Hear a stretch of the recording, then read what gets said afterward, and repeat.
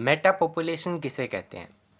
देखिए, पॉपुलेशन के small patch जो आपस में माइग्रेशन के द्वारा एक दूसरे से जुड़े हुए होते हैं, उन पॉपुलेशन को अपने कंबाइन रूप से मेटा पॉपुलेशन कहते हैं। जैसे ये एक पॉपुलेशन है, ये एक पॉपुलेशन है और ये एक पॉपुलेशन है, ये 3 पॉपुलेशन है।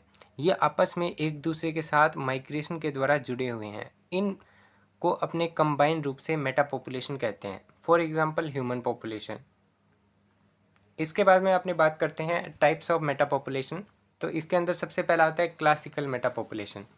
इसके अंदर कुछ नहीं है, ये एक नॉर्मल मेटा पॉपुलेशन है। यहाँ पे एक पॉपुलेशन है, ये इन पॉपुलेशन के साथ माइग्रेशन के द्वारा जुड़ा हुआ होता है। यहाँ पे इनका डायग्राम पूछा जाता है, तो डायग्राम आपको याद होना चाहिए। कोर सैटेलाइट मेटा पॉपुलेशन, इसके अंदर क्या होता है कि एक बड़ी पॉपुलेशन है, ये जो बीच में एक बड़ी पॉपुलेशन होती है, जो छोटी छोटी पॉपुलेशन के द्वारा के साथ आपस में माइग्रेशन के द्वारा जुड़ी हुई होती है। यहाँ पे माइग्रेशन इंपॉर्टेंट रोल प्ले करता है।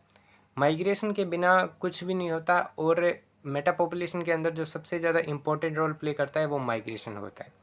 इसके बाद में आता है पैची मेटा पॉपुलेशन। यहाँ पे माइग्रेशन रेट सबसे ज़्यादा होती है, क्योंकि यहाँ पे ये देखो, जैसे ये 5 पॉपुलेशन है, ये आपस में माइग्रेशन के द्वारा एक दूसरे से जुड़ी हुई होती है। यहाँ पे माइग्रेशन रेट सबसे ज़्यादा होती है, और जहाँ पर माइग्रेशन रेट सबसे ज़्यादा होती है वो पॉपुलेशन कभी भी एक्सटिंक्ट नहीं होती, मतलब वो पॉपुलेशन कभी भी समाप्त नहीं होती।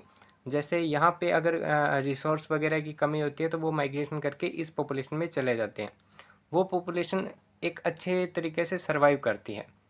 इसके बाद में आता है नॉन इक्विलिब्रियम मेटा पॉपुलेशन। इसको अपने ट्रू मेटा पॉपुलेशन नहीं कहते, क्योंकि यहाँ पर किसी भी प्रकार का माइग्रेशन नहीं हो रहा है।